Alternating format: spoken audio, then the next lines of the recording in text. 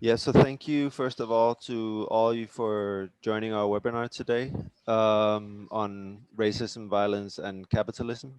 This is a conversation that's been underway for some time within ESCR-Net.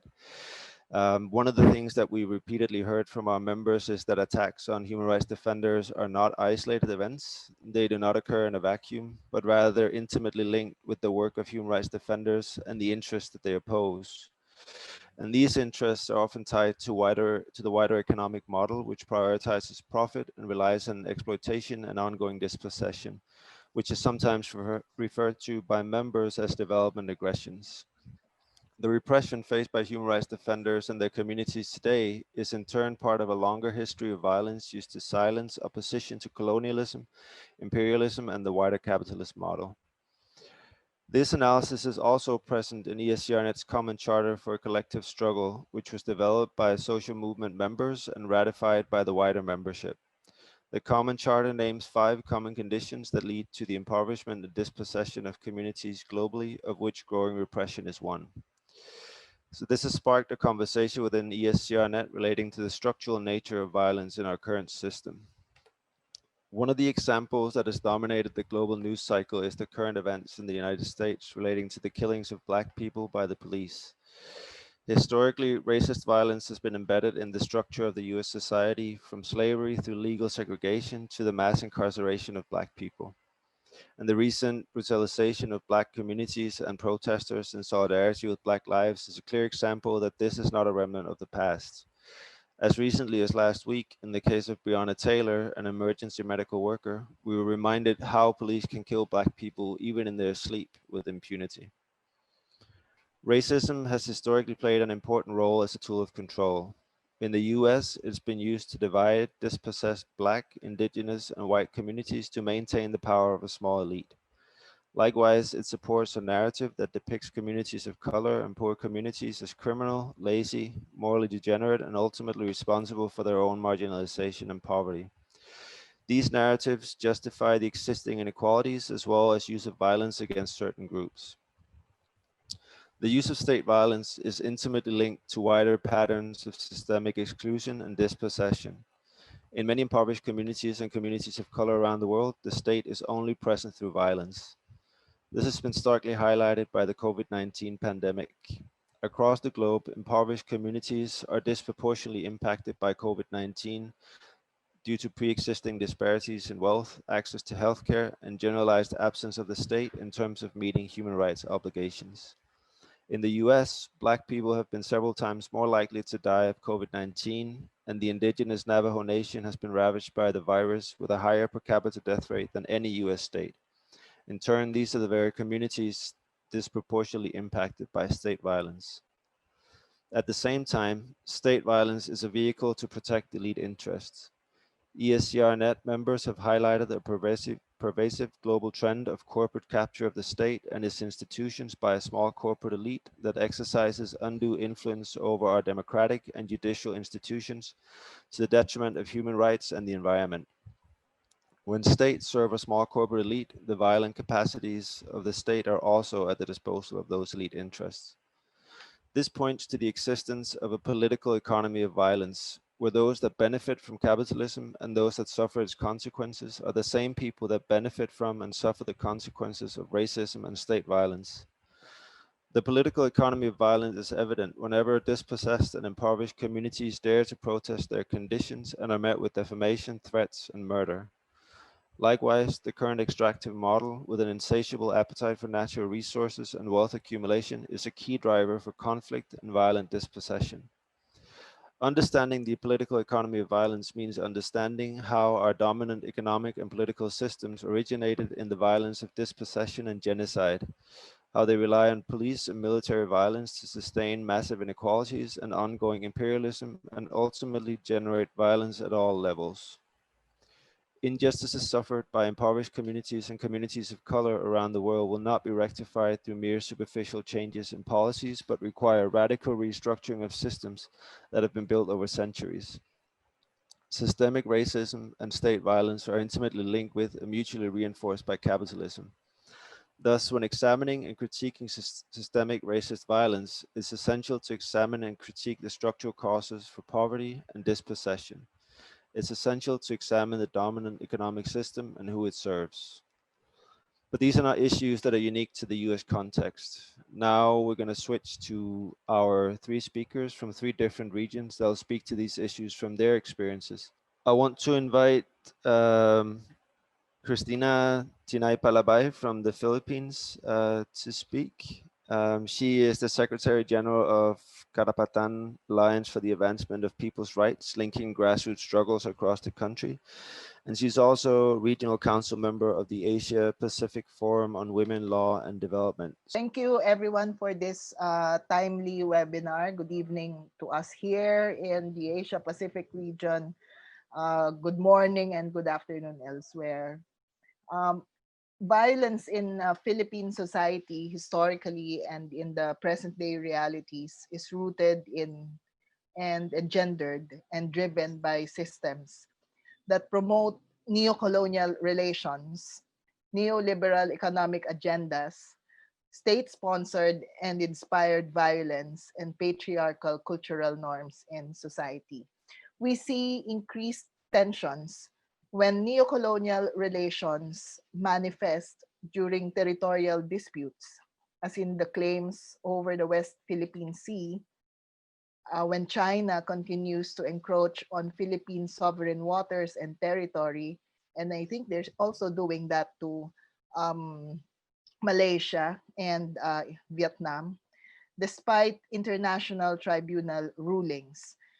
And it also manifests when the US maintains its military presence within Philippine territory and asserts US jurisdiction, trumping Philippine laws on issues related to crimes committed by US military personnel in the country, or when it continues to provide funding to Philippine military and police for state-sponsored bloody campaigns, such as in the drug war and counterinsurgency program. program. We look at our domestic economy and how it is kept afloat by overseas Filipino workers' remittances, with 10 million Filipinos living and working outside the country out of 110 million of us, and are subjected as well to racism and discrimination in their host countries. Our domestic economy is also kept afloat uh, by hot money through finance capital and foreign direct investments such as in mining, logging, and agricultural corporations or plantations. Or in short, as mere small cog in the global supply chain of raw materials and markets. And while we rank among nations in terms of mineral deposits such as nickel, gold, copper, the majority of our people have remained poor, in fact, dirt poor, especially during this time of the pandemic.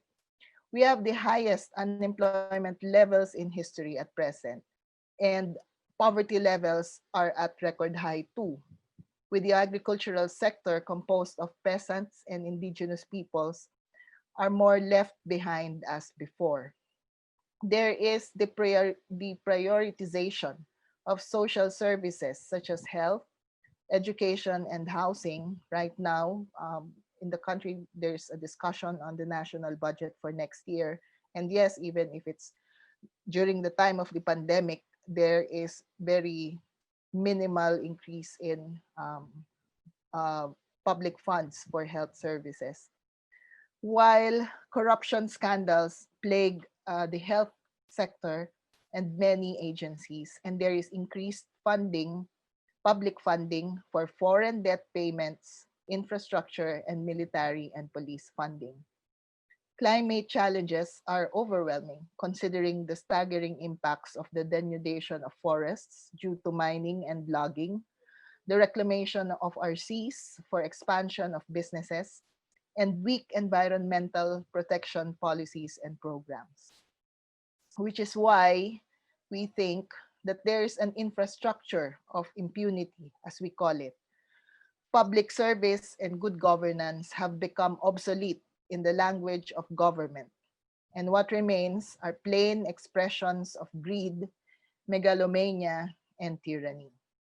The poor are slaughtered in the name of the drug war and public order and safety.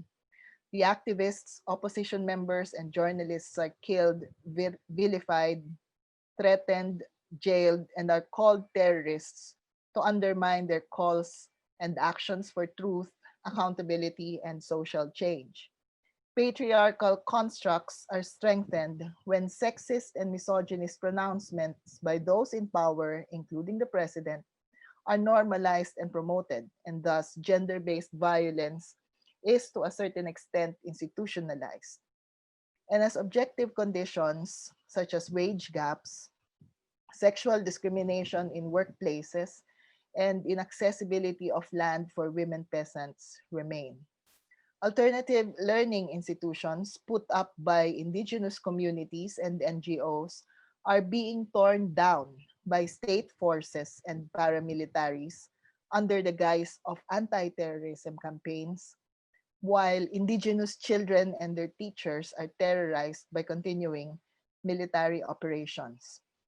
Violence is thus normalized and promoted because the set of laws and policies, even if at times are seen as progressive, and the Philippines known in the region as among the most number among the countries or governments which has signed the most number of human rights international human rights treaties and instruments, but these are far from the realities, and the violence is built in, so to speak, in the current system that has promoted the status quo and unequal relations. Thus, every day, the lines are being drawn more clearly. On one hand, you have the instrumentalities of government, including state forces, executive offices, houses of Congress, and even the judiciary. You have big business, foreign and local. You have interest nations such as the US, China, Russia, Canada, Australia, etc. You have the big landlords who continue to perpetuate the colonial vestiges of the Spanish and American colonialism in the country. And on the other hand, you have the majority of the population, the farmers, the fisher folks, indigenous peoples, workers in the private and public sector, doctors and health workers, women, young people, the urban poor, journalists and activists and members of the opposition. They are at the losing end. We are at the losing end. And we are at our breaking points, especially during the pandemic. And thus, this context and lines guide the strategies by movements both within and outside the Philippines to push back, to resist, and to lay the foundations to effect comprehensive and systemic change. We are here for the long haul, as we say, as we cannot change a centuries old set of policies or systems and practice in one go. We organize among the poor communities, communities affected, and among allies. We build organized strength at the local levels to impact national policies and concerns. As we deep dive into learning and unlearning the realities in the communities and build collective power from the ground up, we organize among the youth, the LGBTQ plus persons with disabilities, even the, believe it or not, the fandoms. Most of them are from South Korea, or the fandoms, the fan clubs, uh, and even dance crews and street sweepers. As Filipino migrants are in more countries than UN member states, we organize among them and inform them of the roots of the diaspora. We also promote alternative learning through indigenous schools in the community-based and national learning institutions as we push for human rights and relevant education, even in digital spaces. We build alliances and networks, and as they say, because we cannot live in silos, and we must do all we can to work with those who may have different ideologies, religious beliefs, and economic status to promote human rights principles and issues. We practice collective care, even as we are mindful of the need to ensure individual care and protection, and we inform ourselves on the need to be secure and safe as defenders and members of the community. We promote gender equality and bit by bit challenge the norms that put us in boxes and impede collective action within our own movements, and more so before the community in the communities and in the general public. We provide food, medical, and other forms of aid for those who need it most through humanitarian responses and relief missions. We continue to speak out the truth, including the hard facts, the compelling evidence, stripped of fake news, disinformation, and distorted realities and concepts. We also support allies in government and parliaments and inform them consistently on the realities. We document and monitor rights violations as we document and monitor our learnings and realizations as movements, and as we amplify the need to know and own our collective battles and strengths. Lastly, we ensure solidarity and we seek it and we find it, whether in the halls of the UN, the ICC, even the US Congress, or in the streets of Chicago, or Portland, or Mumbai, Cairo, Rio de Janeiro, or Hong Kong. So our struggles are, in the end, our commonalities of experiences and struggles are rooted in a global system that promotes, as I said, built in the kind of system that we have. But at the same time, I think that our responses to such inequities, to such a system, are also built in our movements and in our communities. As long as we continue to pursue learning, as long as we continue to be in solidarity and build bridges with one another across borders, and despite the numerous challenges and differences set against us. Good evening.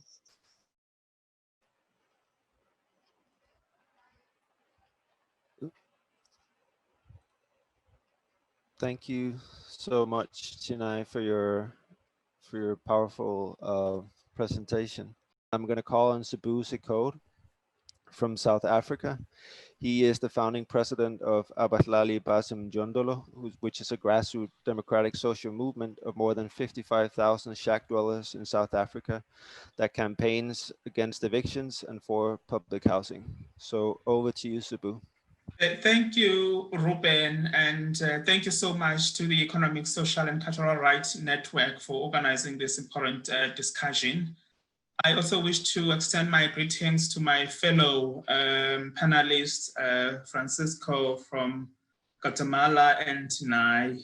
And just to say to Tinay, the Abahlali Basimjondolo, the shack dwellers movement of South Africa, continue to stand in solidarity with the people of Philippines, and we are saying our hearts, our souls are with you in your struggle.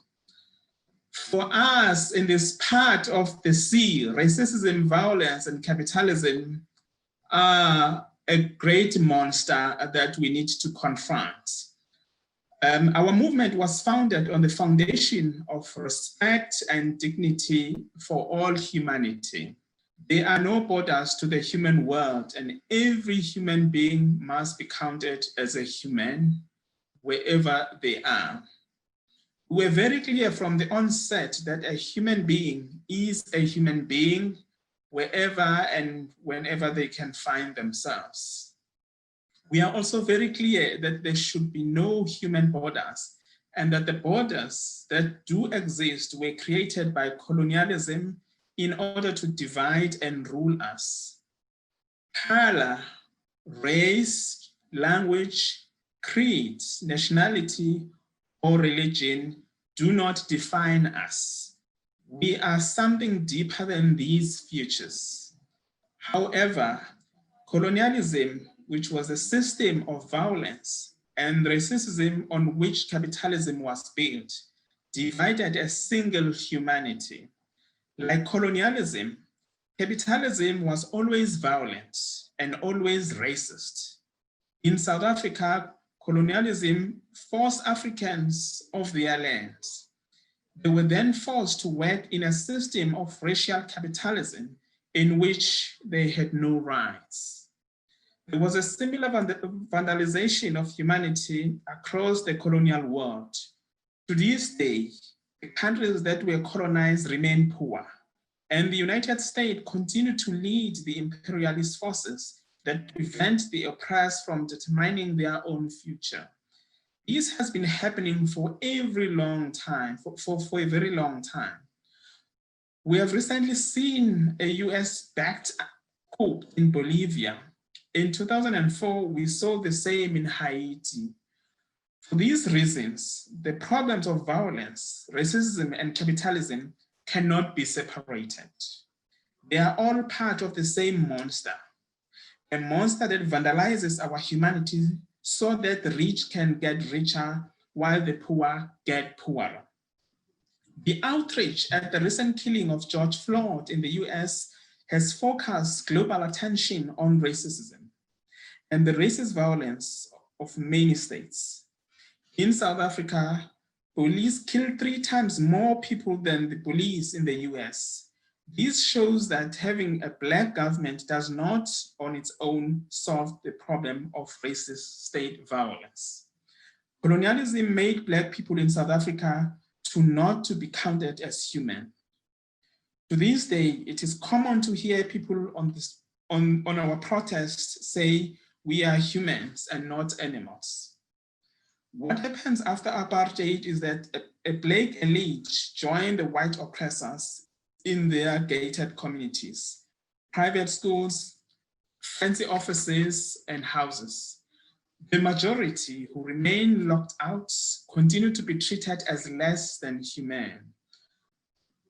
The outrage at the recent killing of George Floyd in the US has focused global attention on racism and the racist violence of many states. In South Africa, police killed 3 times more people than the police in the US. This shows that having a Black government does not on its own solve the problem of racist state violence.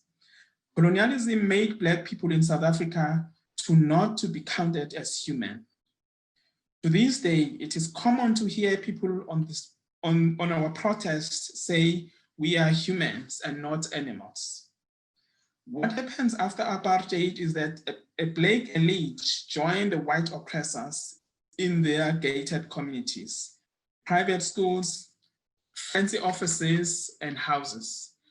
The majority who remain locked out continue to be treated as less than human.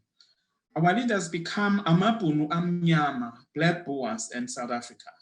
We will only finally defeat the monster of racism when land, wealth, and power are shared fairly amongst all the people. We cannot defeat this monster in one country because, as we have seen in Bolivia and Haiti, imperialism will not allow this to happen. Therefore, the struggle for what we have called a living communism must be a global one. The murder of Randall Echanil and Zara Alvarez in the Philippines has forced a global debate on state repression, which is also an expression of racism. These attacks are part of a wider pattern on attack on activists, which is similar to what we experience here in South Africa. We have lost 18 comrades to state murder and other kinds of political violence since 2009. But it is only poor Black people who are murdered like this. We remain as we were during apartheid and colonialism, people who do not count to state and most of elite society. Racism is a cancer that we should all mobilize to confront as it breeds violence and hate in our society. In South Africa, black labor tenants on farms are killed with impunity. Nobody bothers to investigate and prosecute those who commit these murders. But when white farmers are killed in the same way, the state uses all its available resources to hunt, arrest, and prosecute those who are implicated. When white farmers are murdered, premiers and cabinet ministers vacate their fancy offices and to vote to offer their support to white farmers, but they never do the same when poor black folks are murdered with impunity. Capitalism has captured our state to work against the people that elect government into power. That's how dangerous capitalism can be. Capitalism promotes individualism over collectivism. It promotes greed and competition. Its roots are in colonialism, slavery, and apartheid. Capitalism still needs racism for it to exist. Without racism, it could not exploit workers in the global south and destroy the environment in these countries. Capitalism uses racism to hide its blood and debt. It does the same with sexism. Every rich family in South Africa, where both parents are working in well-paying jobs, also has a poor black woman doing all the work in their homes and looking after their children. There can be no real fight against racism that is not also a fight against capitalism. There can be no real fight against capitalism that is also not a fight against racism. It is also true that every real fight against sexism must also be a fight against capitalism, and that a real fight against capitalism must also be a fight against sexism. At times, the violence perpetrated by the state against the people is engineered by capitalism. When we are constantly forced off our lands, we know our states are working to please the capitalist. This capitalist system practice works against democratic practice and pure spirit of Ubuntu. Just as our oppressors learn from each other and work together, so to the oppressed must learn from each other and in solidarity with each other. Organizations are built out of local struggles, but connection needs to be made so that the struggles can be global. Here in South Africa, we say an injury to one is an injury to all. With the climate crisis threatening the whole world, the revolution against capitalism will have to be global.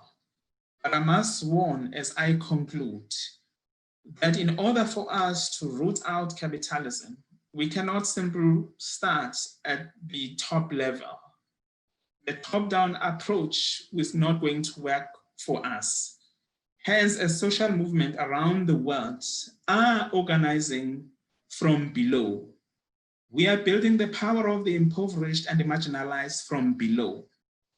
We continue to educate ourselves and our communities so that we can confront these monsters. We need to build solidarity between and within different communities across the globe. And we need to build international alliance as a way to confront the monster of racism, violence, as well as capitalism. So the task is not going to be easy. I want to make a call that we all unite as a powerful force, obviously, across, color lines across many nations to really confront what confined us in the dark corners of our society that we find ourselves.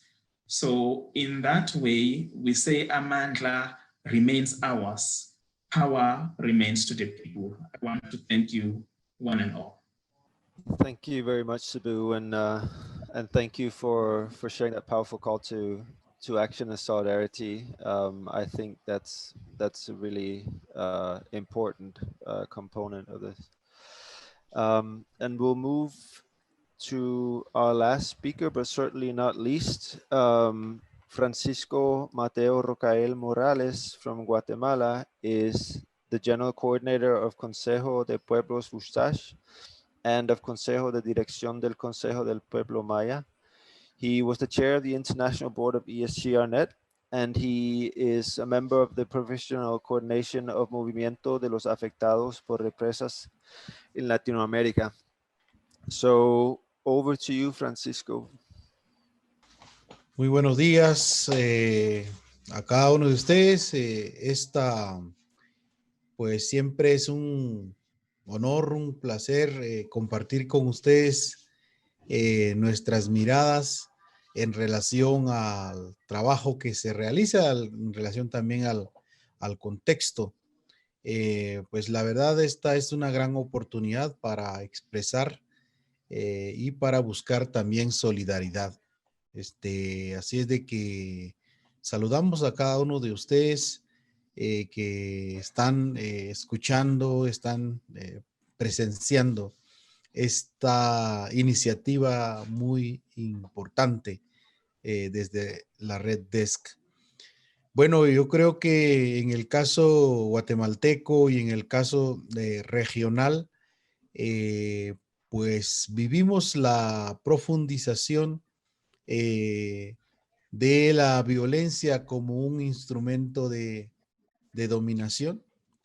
La verdad es que esto se ha pues complicado con los últimos gobiernos que se han dedicado a desmantelar la institucionalidad que dejaron los acuerdos de paz, es decir, la poca apertura que provocaron los acuerdos de paz firmados entre el Estado y ¿cómo se llama? Y las Fuerzas Armadas rebeldes en esa época, pues ahora prácticamente con el actual gobierno ha sido desmantelado.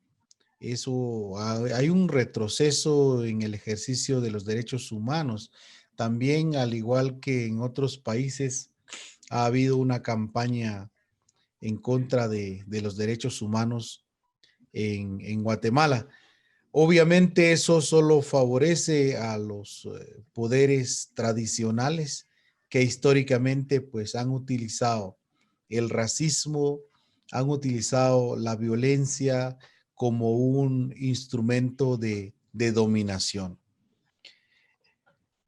Todo este problema se ha profundizado aún más con la pandemia, ¿no? En este año difícil que hemos vivido, pues ha sido evidente que en el país se han profundizado otros problemas.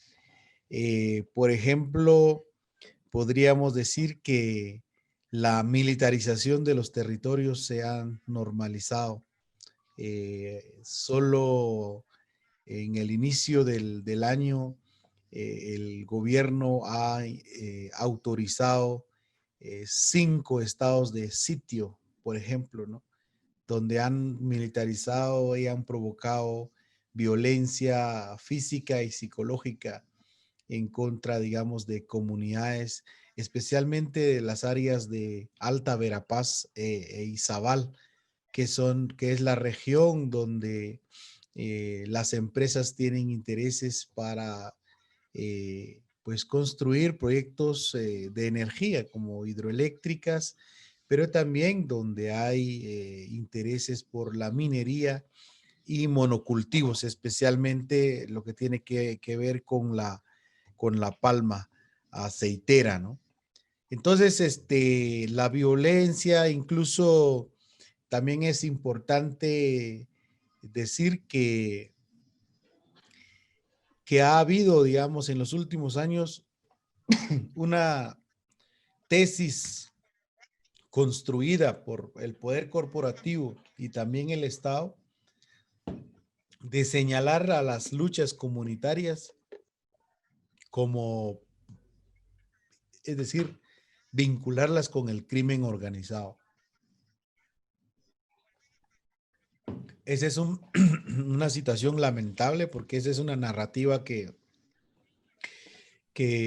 prevalece y ahora se está utilizando para justificar la militarización de los territorios, es decir, el uso de la fuerza en contra de algunas comunidades donde realmente hay intereses corporativos en relación a los bienes naturales comunes digamos, en los territorios. Esa es una situación que se ha profundizado con la pandemia, y también está la lucha contra el narcotráfico. Eso también ha justificado la militarización de la sociedad. El presupuesto para el 2021 ahorita ha habido un incremento, casi 3,000 millones de quetzales se va a asignar al ejército. El ejército está también ahora asumiendo otras funciones como la construcción de caminos, de obras sociales, que eso no tiene nada que ver, digamos, con las funciones constitucionales del ejército. Sin embargo, hay como una tendencia de remilitarización de la sociedad, y esa es una situación preocupante porque pues en la historia reciente el ejército de Guatemala aún pues tiene muchas denuncias pendientes en relación a violencia contra los derechos humanos y crímenes de lesa humanidad, que ahorita está precisamente en proceso, ¿no? También es importante mencionar que en los últimos meses se ha agudizado el ataque en contra de periodistas desde dos líneas. Por ejemplo, podríamos resumirlo. Primero, contra comunicadores y comunicadoras que han hecho un esfuerzo de informar de manera independiente, vinculados con radios comunitarias, con periodismo comunitario. Como consecuencia de esta cultura o esta campaña de violencia en contra de defensores de derechos humanos, pues estos comunicadores han sido atacados en el ejercicio de sus funciones, ¿no? Por denunciar, por hacer investigaciones periodísticas, han sido criminalizados, han sido judicializados por parte de empresas extractivistas, pero también por parte de funcionarios públicos. También así ha pasado con periodistas que se han dedicado a denunciar la corrupción en el propio gobierno, ¿no? Que han sufrido campañas de desinformación en su contra y también judicialización. Y esta es una situación que aún viene a complicar la situación que nosotros estamos viviendo. Otro elemento que ahora se ha marcado aún más en el país y en la región es también la criminalización en contra de la economía informal, que muy mal lo denomina, digamos, el sector privado, con la argumentación, digamos, de soluciones ante la crisis económica. Pues se está revisando todo esto, digamos, ajustes a los tributos, a los impuestos, también, digamos, obligando a la gente más pobre a pagar impuestos. No se está hablando de la necesidad de que las grandes corporaciones o los grandes ricos paguen más impuestos, sino que hay como una tendencia de obligar aún más a la gente empobrecida a pagar impuestos para sostener y para salir de la crisis, ¿no?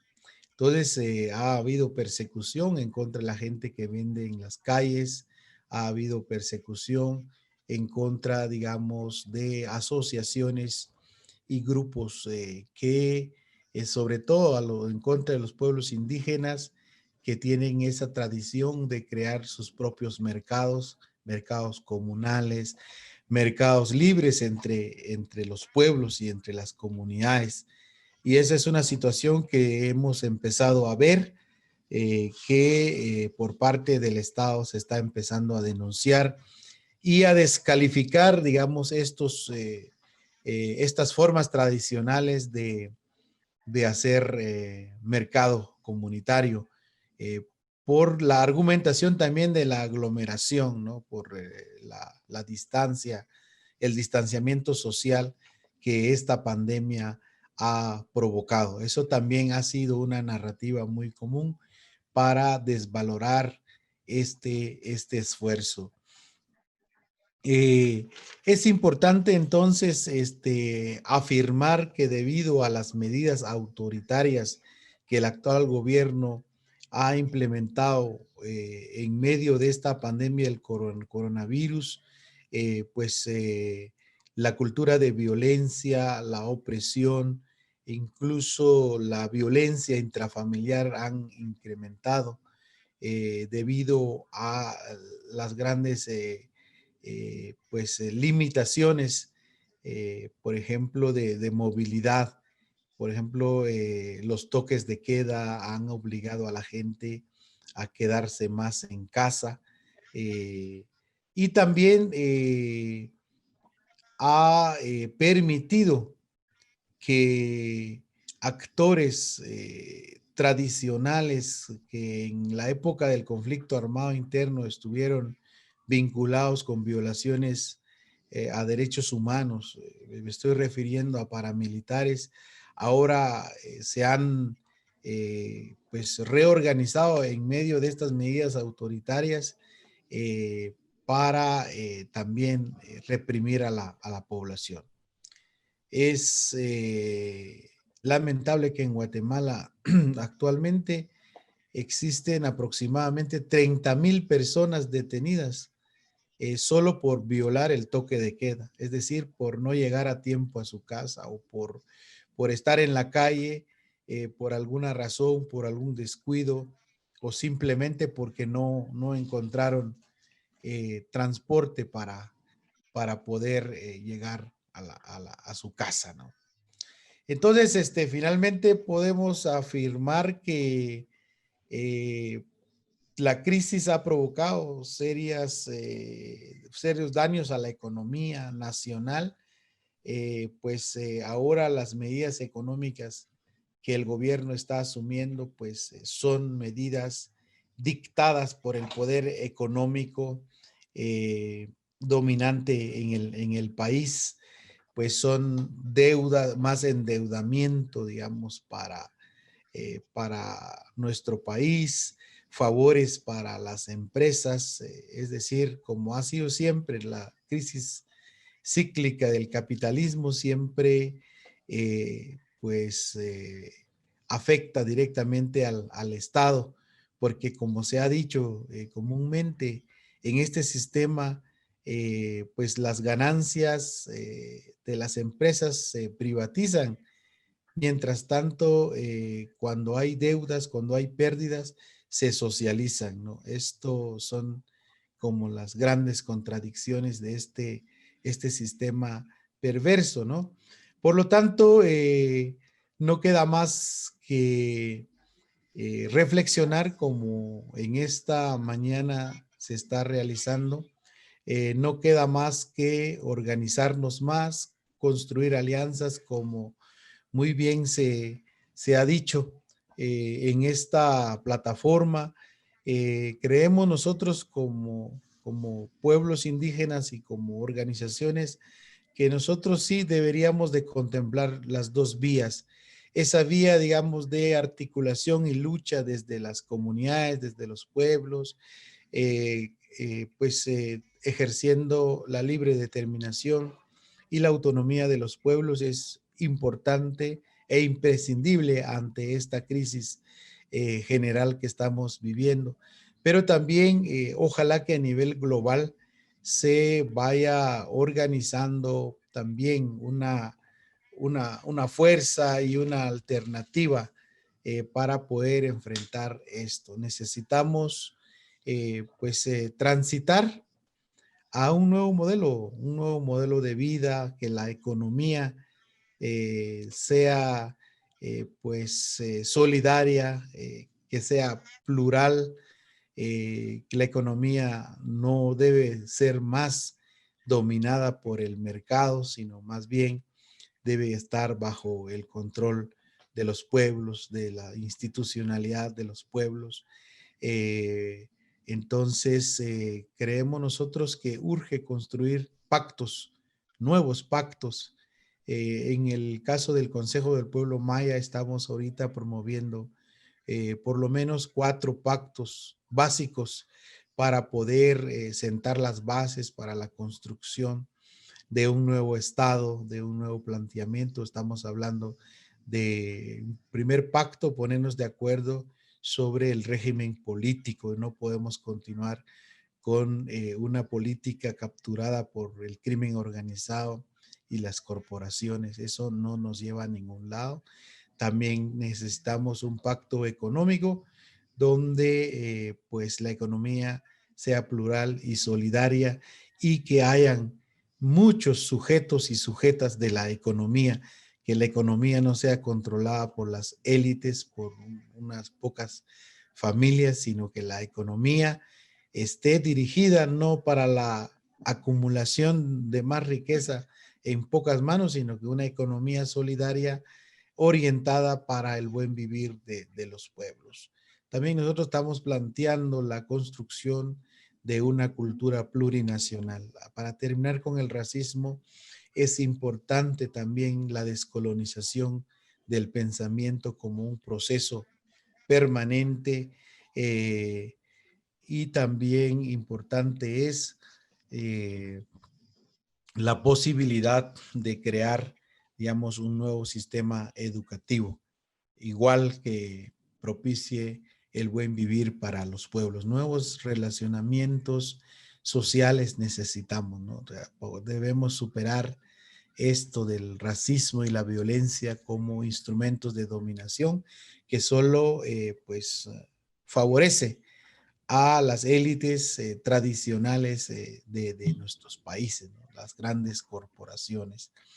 Finalmente, nosotros estamos planteando la justicia plurinacional como también construir una justicia que integre todas las formas de vida de los pueblos. Los pueblos indígenas, nosotros tenemos nuestro propio sistema de justicia, un marco jurídico que pues tradicionalmente se ha utilizado, sin embargo ha sido desconocido y también criminalizado en este país. Entonces creemos nosotros que necesitamos un mundo diferente, que globalicemos la solidaridad y la pluralidad y no globalicemos la dominación, no globalicemos el egoísmo y el individualismo. Muchísimas gracias. Many thank you to you as well, Francisco, and thank you for sharing your vision. I just wanted to leave you with a final question or a bit of food for thought.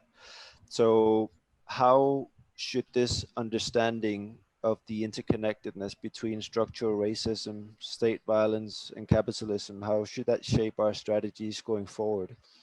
Our panelists have already come up with some of their thoughts, but I think it would be good for us to keep thinking about how this will affect our work going forward.